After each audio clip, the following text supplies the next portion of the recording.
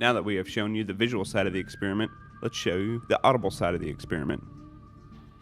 This is an overview of the sound waves during the video. That large spike you see is actually 3 separate sound waves, but they happen so fast that the ear cannot distinguish the separation between them. Now we zoomed in and you can see the space between each sound wave that your ear cannot detect. This area here is the sound of the gun which reached the microphone first, since the ball is moving below the speed of sound. This area is the ball hitting the target and the ball exploding. Since the target and the ball exploding are the same distance from the mic, we don't have to worry about the speed of sound. What the cursor is pointing at now is the vibration of the target after it is hit. This time, watch the target.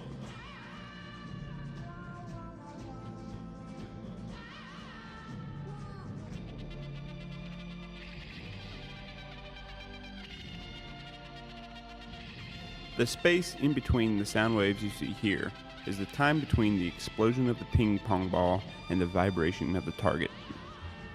Since we know the distance between the laser trip wires and the number of cycles per second produced by the lasers, we can then calculate the velocity of the ping pong ball at 623.05 feet per second, or 425 miles per hour. Because we can assume the ball comes to a complete stop when or before it explodes, we can say that average force equals the mass of the ping pong ball times the velocity of the ball.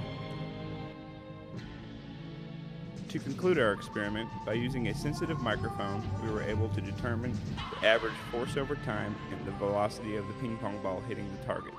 Our findings showed the ping pong ball was traveling nearly 2/3 the speed of sound when it hits the target, with a force of 411.347 pounds per second.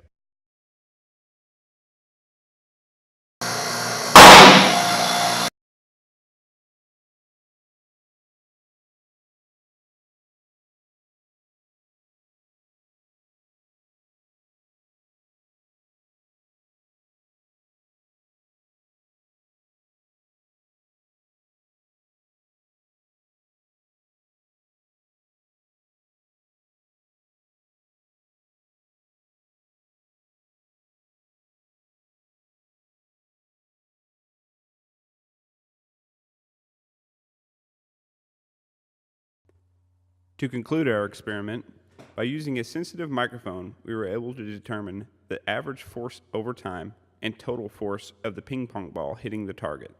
Our findings showed the ping pong ball travels at 2/3 the speed of sound when it hits the target.